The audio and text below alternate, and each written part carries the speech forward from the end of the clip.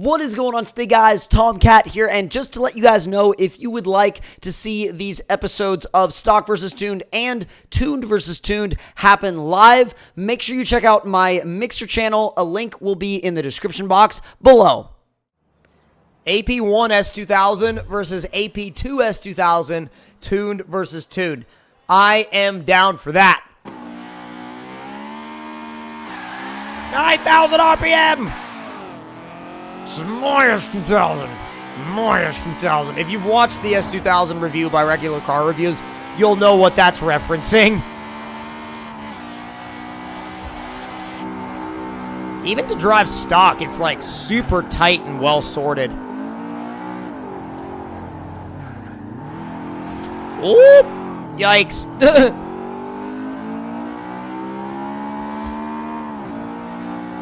I love how the tach starts to blink at you. It's like shift, shift, shift, shift.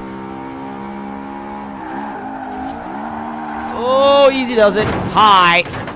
Oh, God, that's a license plate. Will it maintain a little bit of a slide? A little bit. Yeah, I mean, if you really, really get after it, then it will start to maintain a little bit of a slide. Alright, so chat, what is the S2K AP1 gonna do stock? Let me know.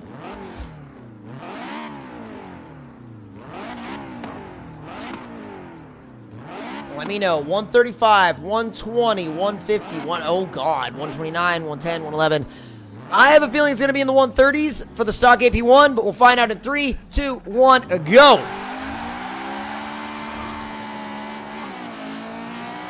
It gets it, that's for sure.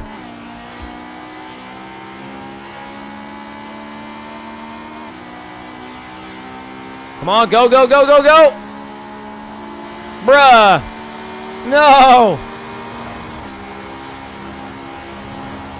There's 130. 139.9. I thought it was going to be 140, but no. 139.9 miles an hour. So remember that, guys. 139.9.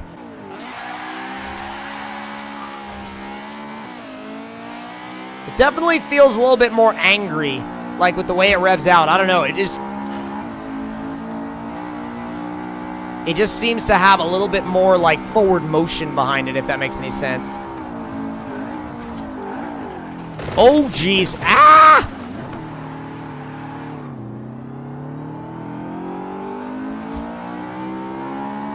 Listen to the VTEC.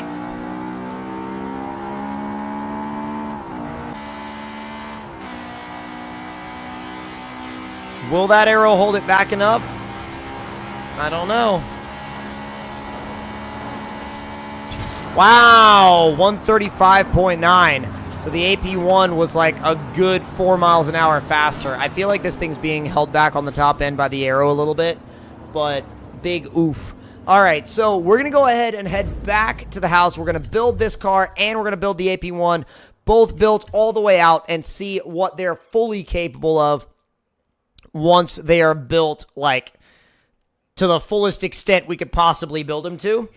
I wonder if the AP1 is still going to come out on top. It makes me wonder. You know, it makes me wonder. But I don't know. Let me know in the chat what you guys think is going to come out on top. Let me see. Let me see, chat. You think it's going to be AP1 or AP2? Who's going to win once fully built? AP1 or AP2? I see AP1. Red versus blue, basically. I see actually more people all saying AP1, AP1. Yeah, one guy said AP2, AP1. Like 95% of people are saying the AP1 is going to win, or at least they think the AP1 is going to win. So, starting off with the platform handling stuff, race coilovers and race weight reduction are all going on the car just because I want it to be a little bit lower and have that adjustability if necessary. Race clutch and race drive line. No, stock trans and stock diff, though. So, race tires. And max width front and rear, which is a 235 up front and a 295 in the back. And wheels-wise, actually, I think I'm going to leave these things on their stock wheels just because we're doing AP1 versus AP2, and I feel like having them on the stock wheels kind of adds to that a little bit. But with them actually, like, properly spaced, that looks really good. But no, you know what? Now that I think about it, I am not leaving them on their stock wheels, especially since we can get the proper spacing. Oof. Advan RG2s, man. Even the Super Advans, but, like, let's see. Work CR Kais, XD9s, TC105Ns, done deal. TC105Ns. Oh, those look so good. So good. Now it's time to fully build the engine. And this is where the magic of these builds is going to take place. So, yeah, I love these wheels. These wheels look so good on this car. They really set it off. Let me make sure I did everything. Did I? Yeah, okay, I did do everything. Okay, race cams, valve train, block, whole 9 yards. Nothing left on the table in terms of the NA engine. That gives us naturally aspirated 475 horsepower and 312 foot-pounds torque. Not bad, but it should make a good bit more when we throw some boost to it, which is going to happen by way of a single turbo. And that, once we have a race turbo and a race intercooler setup, is going to land us at a power level of 592 horsepower and 389 foot-pounds of torque. And let's see, we weigh about 2,400 pounds, so that's not bad at all. This thing's going to rip. It's absolutely going to rip. So with that being said and done and built, we're going to go ahead and build the AP1 now. I'm curious if the AP1 will be able to go over 600 horsepower on the stock motor. That's kind of up in the air. I don't know if it's going to be able to or not. I mean, I have my guesses, but I'm not sure if I want to put those out there just yet. So, where's my AP1? There's my AP1. Red versus blue. Red versus blue Hondas. V12 swap the AP1 afterwards? No. No. Don't want it. No. I just feel bad putting a V12 in an S2000. It just doesn't sound right at all. I mean, I say it out loud and I'm like, ooh. You know what I mean? All right, race suspension, and I'm not worried about sway bars right now. Race weight reduction, that's 2280, but I'm sure that weight's going to come back up a little bit with the engine build, especially with the boost.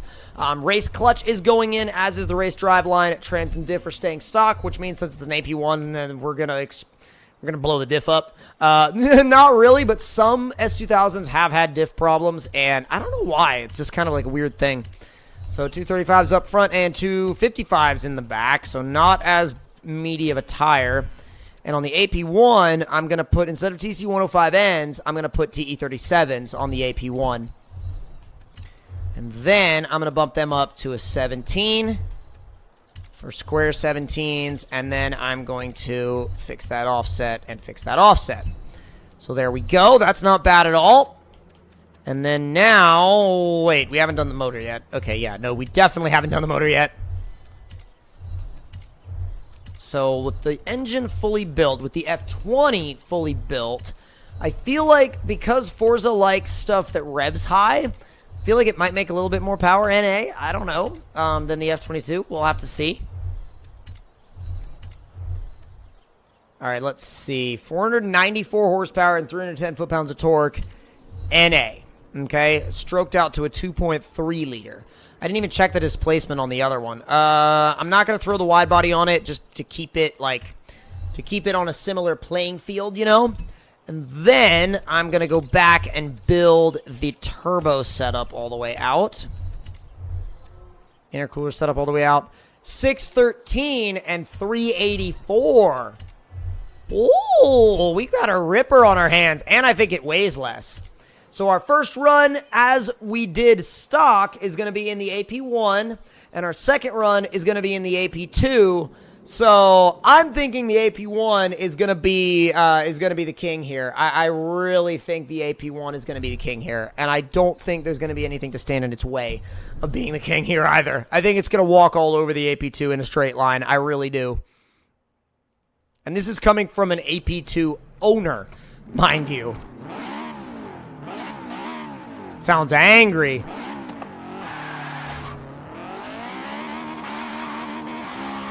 Oh my god, when that turbo spools up, it freaking kicks, dude. Oh my God. All right, this is lively.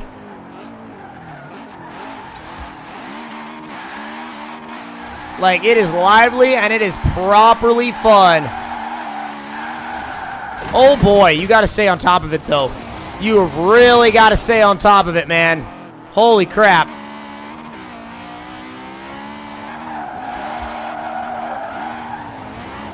I'm sure it'll slide the roundabout now. It's a Honda, so what you got to do is sit on the rev limiter, you know? That's all you got to do. Just sit on the rev limiter. You're good to go. All right, so the tuned, fully built AP1 S2000. What is our speed prediction in the chat? Let me know, guys. 205, 179. What else? What else? 180, 180, 220. Oh, God, I feel like that's high. Let's see. Thank you for the follow, dude. 190, 180. 3, 2, 1, go. A little bit of throttle modulation, but no big deal. We may hit the rev limiter because we are on stock gear ratios.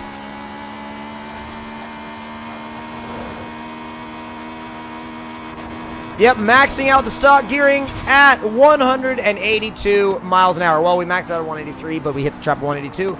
So that's what we're going with. 182 miles an hour. Will the AP2 be able to beat that? We'll have to find out. And in the process of finding out, we're going to go back to the roundabout, swap over to the AP2 since it's fully built now, and just immediately run it. We might do a couple of drift laps, but the main thing we're going to do is just run that thing and see what it's actually capable of in comparison to 182 miles an hour out of the AP1, which was pretty much maxing out the gearing. Now, if the menu will load, which is a bit, you know, a bit of a task sometimes. There it is. So it's got a little bit less power, but it also has different gearing. So it could be better. It could be a lot worse. We don't know. All we know is 182 is the target. But first, let's see how it drifts. Yes. Yes, yes. Oh, yeah, it drifts very well. Oh, boy. All right. So let's see what we can get out of this thing in. Y'all ready? Give me those guesses. Give me those guesses. Seeing 190, 201, 183, 190 plus, 192, 170, 3, 2, 1, go.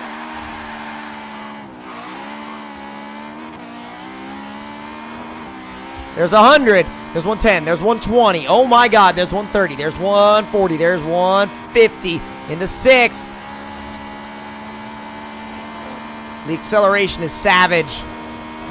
Oh! 187 miles an hour. So the gearing in the AP2 actually won out over the AP1, even though it had a little bit less power and it had to push through the air a little bit harder because of the aero. But the AP2 is your winner. So that was a really, really fun battle for sure.